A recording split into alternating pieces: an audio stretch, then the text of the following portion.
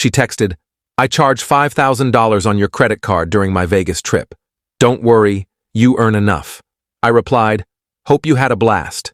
Then I reported the card stolen and filed a police report with her messages as evidence when the officers arrived at her hotel room. I'm 29, male, software engineer at a mid-sized tech company. Been with my girlfriend Amanda for 2 years. We don't live together. She has her own place across town, I have mine. She's 27, works in real estate, does okay for herself but nothing crazy. We split dates and trips pretty evenly, or at least we used to. I make good money, around $140,000 a year, but I'm not rich. I've got student loans, a car payment, savings I'm trying to build. I'm comfortable, not rolling in it. About 3 months ago, Amanda started talking about Vegas. Her friend group was planning a girls' trip, 5 of them, long weekend, shows and pools and clubs. She was excited about it, showed me the hotel they were looking at, asked if I thought it was too expensive. I said it looked fine, told her to have fun. She booked it for the second weekend in September. The week before the trip, we had dinner at this Italian place near her apartment. Tuesday night, nothing special. She ordered wine, was in a good mood, talked about what she was packing, what shows they might see. Then she said something that should have been a red flag. "You know, if I run short on cash out there, I might need to borrow some money. Vegas gets expensive. How much are you budgeting? Like 1,000? Maybe 1,500 for everything? That should be plenty if you're smart about it." She smiled. "Yeah, you're probably right, but just in case." I didn't think much of it. She'd borrowed money before, $50 here, 100 there, always paid me back eventually. I figured worst case, she'd Venmo request me for a couple hundred and I'd cover it. She left Thursday morning, texted me from the airport, sent photos from the plane, the whole thing. Thursday night she sent pictures of their hotel room at the Cosmopolitan, the view of the Strip. Friday she was at the pool. Saturday she sent a selfie from some club. Normal vacation stuff. I was working, had a deadline on a project, wasn't paying super close attention. Sunday afternoon, around 3 p.m., I was at my apartment meal prepping for the week when my phone buzzed. Text from Amanda. Amanda. "Hey babe, so I charged $5,000 on your credit card during the trip. Don't worry, you earn enough. I'll explain when I get back." I read it 3 times. Stood there with a knife in my hand, halfway through cutting chicken. Me. "What are you talking about? You don't have my credit card." Amanda. "I took a photo of it last month when you were in the shower. I've been using the numbers. It's not a big deal. You can afford it." I felt something cold drop into my stomach. Last month, she'd been planning this. Me. "You stole my credit card information and spent $5,000 without asking me?" Amanda. "Stole is a strong word. We're in a relationship. What's yours is mine, right? Plus you're always saying you want me to be happy." Amanda. "I got bottles at the club, bought some designer stuff, upgraded our room. The girls and I had an amazing time. You would have wanted me to have fun." Me. "Hope you had a blast." I didn't text anything else. Opened my banking app with shaking hands. Logged into my credit card account. There it was, a string of charges starting Friday morning. $800 at a Gucci store. $1,200 bottle service at XS nightclub. $600 at a spa. $450 dinner at some steakhouse. $900 more bottle service Saturday night. Another $400 at Sephora. It went on. Total, $5,347. I screenshotted everything. Then I called my credit card company. "Hi, I need to report fraudulent charges on my account." The rep was professional, walked me through it. I explained someone had stolen my card information and was using it in Las Vegas without my permission. She froze the card immediately, said they'd issue a new one, start a fraud investigation. She asked if I knew who might have done it. Yes, my girlfriend. I have text messages from her admitting to it. Oh, you'll want to file a police report then, sir, for the investigation. We'll need a copy of it. I plan to... Hung up, sat there for a minute. Then I called the non-emergency police line, explained the situation, was told to come down to the station. I drove there, brought my phone with the text messages, the credit card statement, everything. Talked to an officer for about 45 minutes. He took copies of all of it, had me write and sign a statement.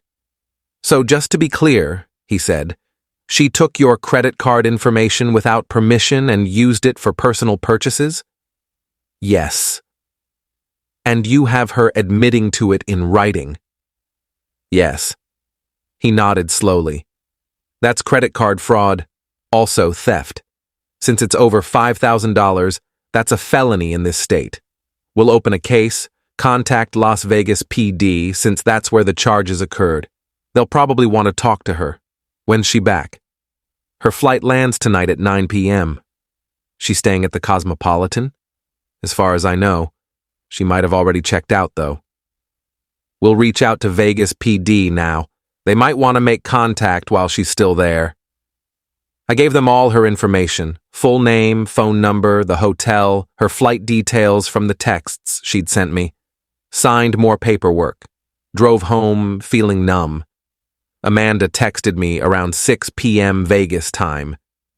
Amanda, why isn't your card working? I tried to buy champagne for the flight and it declined. I didn't respond. Amanda, hello? Are you seriously ignoring me? This is childish. Still didn't respond. Made myself dinner. Tried to watch TV. Couldn't focus. Around 8 p.m. my time, my phone rang. Unknown number with a 702 area code. I answered. Is this... The voice verified my name. Yes, hi, this is Detective Morrison with Las Vegas Metropolitan Police. We received a report from your local PD about credit card fraud. We made contact with Amanda Reeves at the Cosmopolitan about 20 minutes ago. She's being detained for questioning right now. Just wanted to let you know we're handling it. You'll be contacted by our fraud division tomorrow for more information. Is she under arrest? She's detained. Depends on how the interview goes and what the DA wants to do. She admitted to using your card when we made contact, so that helps the case. We'll be in touch. He hung up.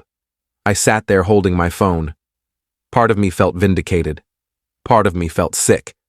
I'd just gotten my girlfriend of 2 years arrested in Vegas. My phone started blowing up around 9:30 p.m. Amanda's friends, her sister, her mom, Kayla, Amanda's friend. What the hell did you do? Amanda's being arrested. She's crying and freaking out. Me. She stole my credit card information and committed fraud. I filed a police report. Kayla. Over money? You're seriously going to ruin her life over money? You have plenty of it. I blocked her. Blocked the other friends who messaged. Amanda's sister Emily called. I answered. You need to drop the charges right now. I didn't press charges. I filed a report. The police pressed charges. She made a mistake. She thought you wouldn't mind. She stole from me, Emily. $5,000. Without asking. She planned it. You're being a petty asshole. She loves you. Then she shouldn't have committed a felony. I hung up, blocked her too. Update 1. Monday morning. I woke up to 17 missed calls and about 40 texts. Most were from Amanda's family and friends, calling me every name you can imagine. A few were from numbers I didn't recognize. I blocked them all, turned off notifications from unknown numbers. Around 10 a.m., Detective Morrison called again. Update on your case. Amanda Reeves was arrested last night, charged with felony credit card fraud and theft. She posted bail this morning. $10,000 bond. She paid the $1,000 to a bail bondsman. She made her flight back to your city. She's due in court here in Vegas in 3 weeks for arraignment. The DA's office will be in touch with you. Your credit card company will probably contact you too about their investigation. What happens now? She'll need to get a lawyer. If she's convicted, she's looking at anywhere from probation to a few years, depending on her record, and if she takes a plea. The DA here doesn't mess around with tourist fraud. It's bad for the city's reputation. They'll likely push for restitution at minimum. Okay, thank you. One more thing. She's probably going to contact you. Don't talk to her about the case. Anything you say could complicate things. If she threatens you or tries to coerce you into dropping it, document it and call us. I promised I would. Went to work, tried to focus. Couldn't really. Around lunch, my phone rang. Amanda. I didn't answer. She called 6 more times, left voicemails. First voicemail crying, "Please pick up. Please, I'm so sorry. I made a huge mistake. I need you to call the police and tell them it was a misunderstanding, please." Second voicemail, angry. "You're really going to let me go to jail? Over money? After everything we've been through? This is insane." Third voicemail, bargaining. "I'll pay you back. Every cent. I'll get a payment plan. Just please drop this. Please." I saved all of them, didn't respond. Tuesday, my credit card company called. They were reversing all the charges, the fraud investigation found in my favor. They'd already issued my new card. The $5,347 would be credited back within 3 business days. Wednesday, Amanda showed up at my apartment. I was home, saw her car pull up through the window. She knocked. I didn't answer. She knocked harder. "I know you're in there. Your car's here. Please, we need to talk." I stayed quiet. She stood there for 10 minutes, knocking periodically, then left. Update 2. Week 2. Amanda's lawyer contacted me, left a voicemail asking if I'd be willing to have a conversation about resolving this matter outside of court. I called Detective Morrison, asked what I should do. "You're not obligated to talk to her lawyer. If you do, make sure you know they're working for her, not you. They'll try to get you to sign something saying it was a misunderstanding or you gave permission. Don't sign anything without talking to the DA first." I didn't call the lawyer back. Amanda's mom showed up at my workplace, somehow found out where I worked, came to the lobby, asked the receptionist for me. Security called me, asked if I wanted to come down. I said no, tell her I'm not available. She apparently caused a scene, said I was ruining her daughter's life, that I should be ashamed. Security escorted her out. I filed a report with HR, explained the situation. They were understanding, said if anyone else showed up, they'd handle it. The texts kept coming from new numbers. Friends of friends, people I barely knew, all telling me I was horrible, that I should drop it, that Amanda made a mistake and didn't deserve this. I stopped reading them. Update 3. Week 3. The DA in Las Vegas called me, asked me to confirm the details, asked if I'd be willing to testify if it went to trial. I said yes. She said they were offering Amanda a plea deal, plead guilty to a reduced charge, pay full restitution plus fees, 3 years probation, community service. If Amanda didn't take it, they'd go to trial on the felony charges. "Most people take the plea," she said.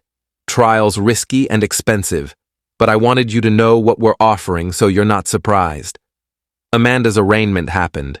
I wasn't there, but the DA emailed me after. Amanda pled not guilty. Trial was set for January. Her lawyer was apparently pushing for dismissal, claiming I'd given her permission to use the card. The DA said that wouldn't work given the text messages, but they'd see. Around this time, mutual friends started reaching out. People I actually liked, who I thought were reasonable. My friend Chris. "Hey man, I heard about what happened with Amanda. That's rough, just wanted to check in." Me. "I'm fine. Thanks for asking." Chris. "For what it's worth, I think you did the right thing." What she did was insane. That actually helped. Made me feel less crazy. Update 4. Early October.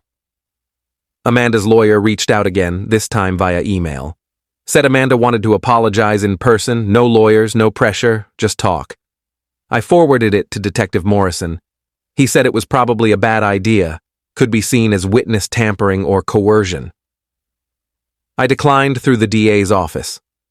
A few days later, I found out through Chris that Amanda had been fired from her real estate job. Apparently, her brokerage found out about the charges and let her go.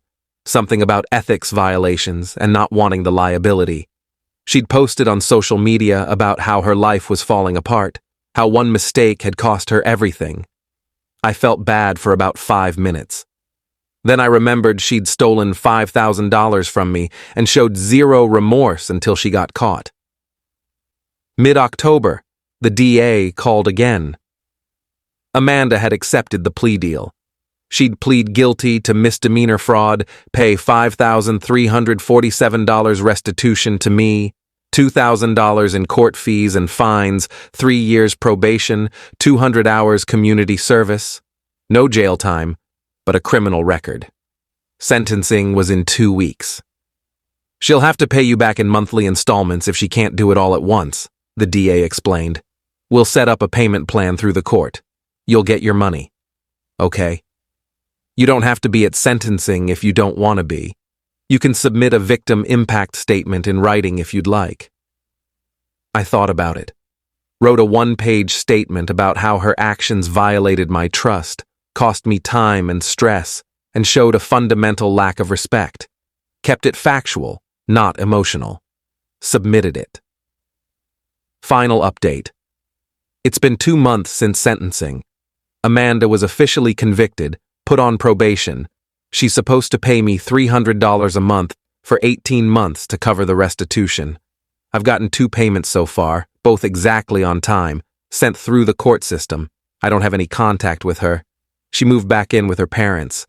I heard through mutual friends she's working at a restaurant now, trying to save money, struggling to find another real estate job with the conviction on her record. Her friends have mostly stopped harassing me, though I'm still blocked by about 15 people on social media. I started seeing someone new a few weeks ago, met her at a coffee shop, we hit it off. I told her about the situation on our 3rd date, figured she should know.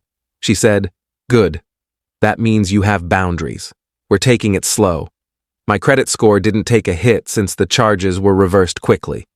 The whole thing is basically over except for waiting for the rest of the restitution payments. Sometimes I wonder if I overreacted. Then I remember she stole my credit card information, spent over $5,000, told me I made enough money so it didn't matter, and showed zero remorse until police got involved. And I stopped wondering.